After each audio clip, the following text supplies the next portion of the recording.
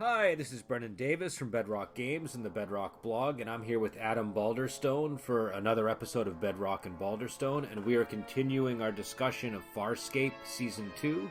We're going to be doing Out of Their Minds, which is that episode 9, Adam? You put me on the Well, spot. we're going to do Out of Their Minds and My Three Crichtons, and I believe that's episodes 9 and 10. I'm not Okay. 100% sure. And I should say, we're doing this during the whole COVID thing. Adam is in a different location. Both of us were a little under the weather and potentially affected. So you may hear coughs and you may hear background noise from a fan. And we're not going to really be able to do much to mitigate the coughs on this one. So we apologize, but we wanted to continue with the show. Adam, do you want to give the overview of these of the first episode? Yeah. So we've got an episode where we've got a bunch of Skeksis from the Dark Crystal on a spaceship. And Zahn's on a ship with them, trying to convince them that Moya is a peaceful ship because they've been attacked by Talon, the ship that's the child of Moya, and they're convinced that Moya is hostile. So they basically you've got this going on, but their weapon when it hits, they manage to block the attack on Moya, and everybody shifts their bodies, their mind shifts from one body to another when that weapon hits, which results in all the cast members having to play other characters this week a couple of times.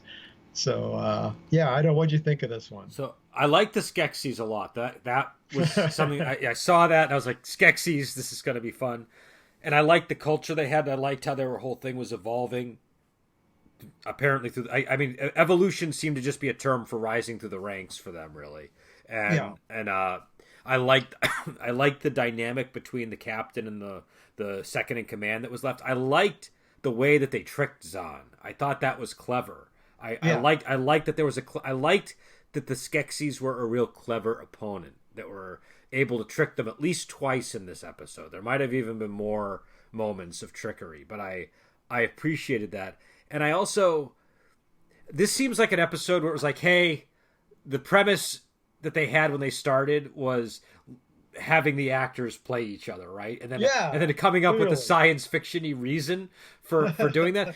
So it felt, in a lot of ways, it felt like a 50s science fiction TV show or something. Like it had a real hokey kind of vibe to it.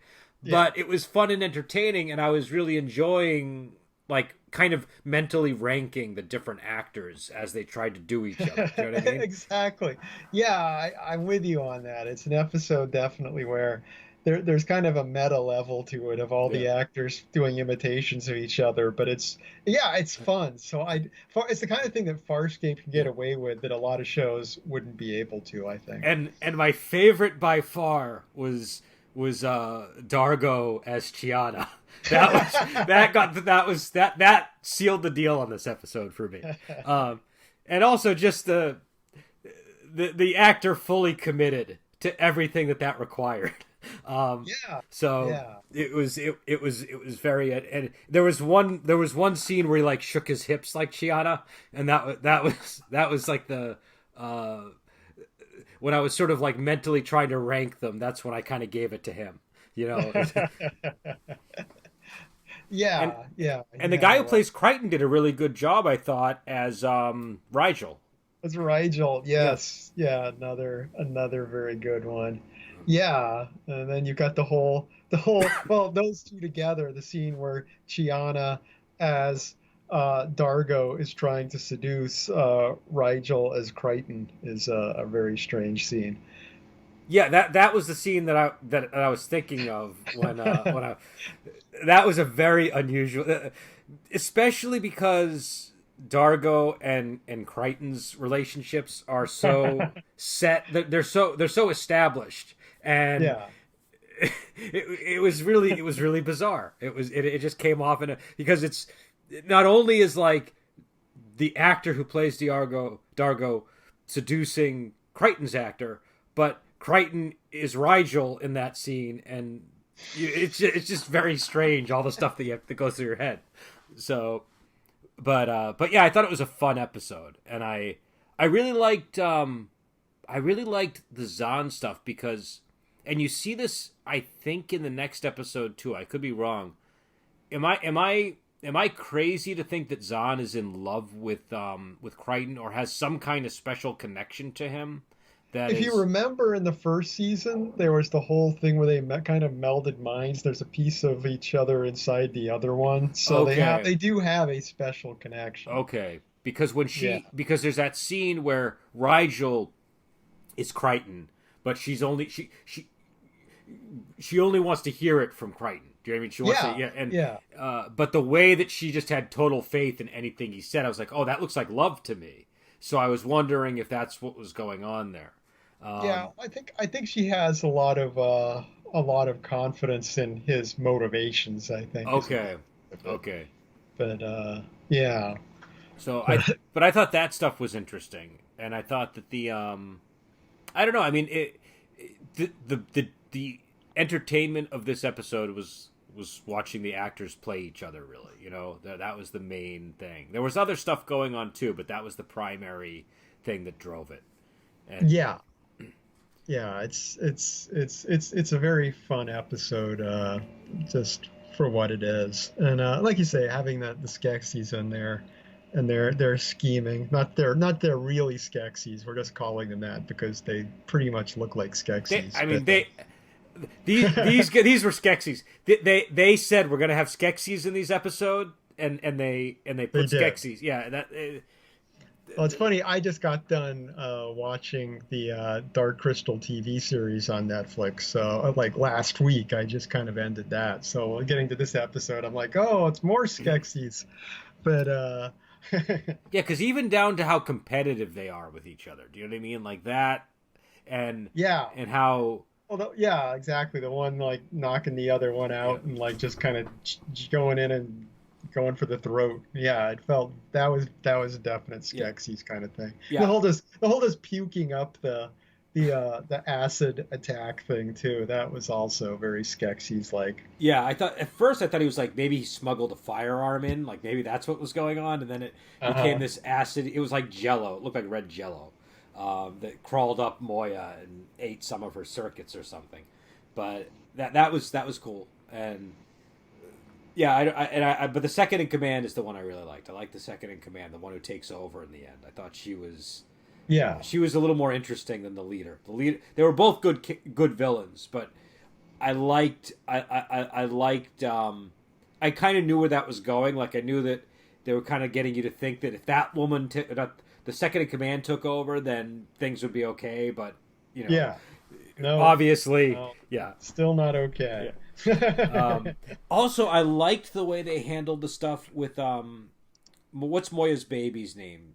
Talon. Talent. Yeah, I Yeah. liked how they handled the Talon stuff because they they introduce it as Kreese just fired on them, Yeah. and that's why and then they went after Moya because of that, and and and and and that's totally believable because you're like, yep, we Yes. shouldn't have trusted Krace at all. He's no good, and now Talon's no good. And then they show the footage later on, and it's like, oh, it's a little bit more complicated. It wasn't what we thought it was. Maybe you still don't know. Krace could still be totally untrustworthy, but it's He not. did do the right thing that time. Yeah, he did do So the right thing in that one moment. So, and yeah. that it's only one moment. You know, for all we know, he was like going on the right path, and then that set him back off on the bad path. Do you know what I mean? We don't know, but but but it's very. I did like the Cray stuff, and I like the Talon stuff. Yeah, well, it's been long enough for me since I've watched the show before that I actually had forgotten there was the twist in the middle. I was like, oh, there's Crace being Crace. I'm like, oh yeah, okay, cool. Yeah, it's more complicated. Yeah, yeah. So yeah, I like that element a lot too. Because yeah, it was kind of a surprise because it's like, oh yeah, that's right, Talon and Crace. It's been a long time since we've heard from them. Well, and it was a good twist because it also amped up the tension. It was like suddenly you realize that just how much peril they were in. Do you know what I mean? That these were not people that were innocently fired upon. So it Yeah, was I thought it added to the story at a crucial moment. Well, yeah, the false story you get at the beginning gives you the impression that it basically makes you think that, oh, okay, these aliens they're dealing with have a reason for being Yeah. hostile, and it makes everyone's motivations more Yeah. complex at the very beginning of the story. And I just like properly clever bad guys that like actually do real plans that work and Yeah, are plans that would have been worthy of the heroes. Do you know what I mean? That's the kind of thing I like in a show like this, and so I thought they did that this episode. yeah. But yeah. So is there anything else about this one we want to talk about before we get to my three Crichtons? Or I think I'm ready to move on to my three Crichtons. all right. So why don't you Set this one up. yeah, shit, yeah, usher it Yeah, up. this is an episode where this strange alien probe thing comes on board Moya, and it basically engulfs Crichton, then spits Crichton out along with this like Cro-Magnon version of Crichton and this future super brain version of Crichton, and one of them basically is going to have to go back into this probe, and there's kind of a dilemma about which one's going to do it. Yeah. So, what'd you think of this episode? I mean, I enjoyed it in the same way I enjoyed the previous episode, which is Uh, this is similar territory. Like these episodes clearly belong next to each other thematically yeah, and everything. yeah, The difference is obviously that instead of everybody playing each other, you have Crichton playing three versions of himself, which is kind of that's the level of acting uh, stretching that's going on here. Um, and it's also in similar 1950s hokey territory, right down to the title. Do you know what I mean? Like the title yeah. even, It's evokes, true. So I enjoyed it, and I thought that it was they were obviously trying to make an episode where you sort of are grappling with morality in an interesting way, Yeah, and yeah. It was a little more dramatic than the previous episode, I yeah, think. yeah, It's, yeah. It definitely has a harder dramatic edge, and it's a little bit. There's a little bit more to chew on in terms of thinking about the dilemma that's at hand, mhm. um, and also, it was interesting to see Crichton as as what they basically did was they had a guy who was sort of the Cro-Magnon, like very simple version of Crichton, but maybe more morally pure in a lot of ways, and then they had the evolved. He's got like a brain on his like.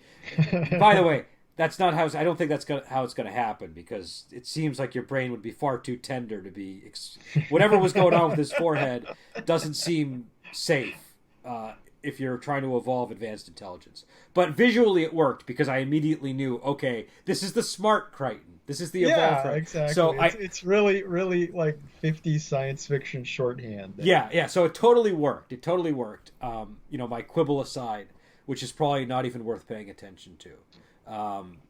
But so he's like the more evolved, more intelligent version, but more cold and calculating also. And so Yeah. maybe not as morally pure as the earlier version. And the logical conclusion that kind of leads you to is that the John Crichton that we know is kind of the mean between those two. Do you know what I mean? Yeah. Like, which I kind of liked, and they never explicitly say that really, except at the part where Crichton says he wasn't the good guy that he thought he was, or something. There's something about that at the end of the episode, but it's not like I don't remember them connecting those dots explicitly, which I was kind of thankful for, because I was sort of dreading the Yeah. dialogue that was going to connect those dots. But yeah, I enjoyed it. I had fun, and while I was watching both of these episodes, I was realizing one of the things that I like about this show is it does have fun, and it does kind of take chances, and Yeah. sometimes that leads to really weird episodes that you're not really sure what to make of, or know what I mean. But at the same time, it leads to some really entertaining stuff. So I think that I think that I'm kind of getting a better idea of what sets this show apart from other television series at this stage. hmm Yeah, these are both very Farscape episodes. Like I said, I wasn't that crazy about the last podcast, and but these are both ones I'm like, yeah, this is they're both totally what this show is about, as far as I'm concerned. Yeah, yeah. And also just to go back to the previous episode, one of the things I did like was how playful they were with like the potty humor aspects of what was going on. Do you know what I mean? They acknowledged it. Do you know what I mean? So like Rigel has to urinate while he's in Crichton's body. Do you know, things like that. I like it when the Skeksis is puking and stuff. He's like, "Oh, we do things like that around here. I just urinated in the maintenance deck." Well, and it's like those like in all of those body swap movies, that's very rarely ever addressed. You know what I mean? It doesn't really come up, and it wasn't like they emphasized it. It's just that they kind of were playful with it. I thought that was funny. Well, this show is always pretty open about sexuality to an extent too that a lot of TV science fiction shows are not. So. Yeah, but it's not done in like a creepy way. It's done in like a playful, fun way that adds to the show and adds to the characters and gives some levity at moments. And it can also be used in other directions too, but here it was more, for humor. But yeah, I was really on board with both these episodes. I don't think that I would hold either of them up as like, wow, this is the one that you got to watch from Farscape. But no, obviously I would say for Out of Their Minds, I would say don't, because it's like you haven't watched the show. You're not going to appreciate an episode where everyone is acting like everyone else. You're just going to be like, what the hell is going on here? I'd say it's probably one of the worst. Actually, both of these are not particularly good introductory ones. Yeah, but they're both very solid episodes. Well, they both rely on knowledge of the characters, and especially the Out of Their Minds episode. It's not the tension of that episode is wanting the characters to end up back in their bodies, which you're not going to want if you don't even know who they are. So, do you know what I mean? Yeah. So there's obviously other stakes involved too, but that's the thing. Like if you're a long-term viewer of the show, the Skeksis are going to be handled, but you really want to make sure that Chiana ends up in Chiana's body, Yargo ends up in Yargo's body. Like you want all these things to resolve, so that you're not dealing with like 4 episodes of Crichton and Rigel being swapped. Do you know what I mean? Which is a total possibility in a science fiction series. That can definitely happen. So. I wouldn't put it past this show to do that, but it's but yeah, but as far as the My Three Crichtons one too, it's a good Chiana episode, I think too. It's like it's a case where she is making trouble for the crew, but for the right reasons. It's like it's a case where she actually has the moral upper hand on most of the crew, and they're treating her like she's being her usual troublemaking self. Well, and what's interesting is in the previous episode, she was the one that wanted to run away. That whole scene where she's seducing Rigel as Crichton, she's trying to get him to run away with her. So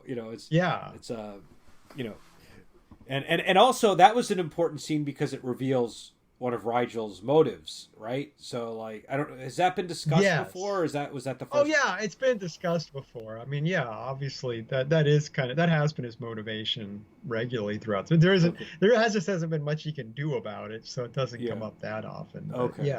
He wants to take care of his cousin that stole the throne from him. And so, but yeah, I don't know, the My Three Crichtons thing. I also liked sort of the way that the smart Crichton, you sort of knew early on, but just how he kind of became more visibly the evil Crichton as this thing played out. It is a little obvious that was going to happen. I mean, it was a little cliche, but it pulls it off, so it's like it's forgivable. Yeah, I think he came off as sort of like 80s style bad guy in some ways. You know what I mean? Like right away when he sees the Cro-Magnon Crichton, he's like, I could talk to him, but what's the point? Like there were these little barbs that he was throwing that showed he just had no contempt, or he had nothing but contempt for something that wasn't at his intellectual level. So I would say this is kind of like in terms of the moral compass, it's like the working man's like episode. Do you know what I mean?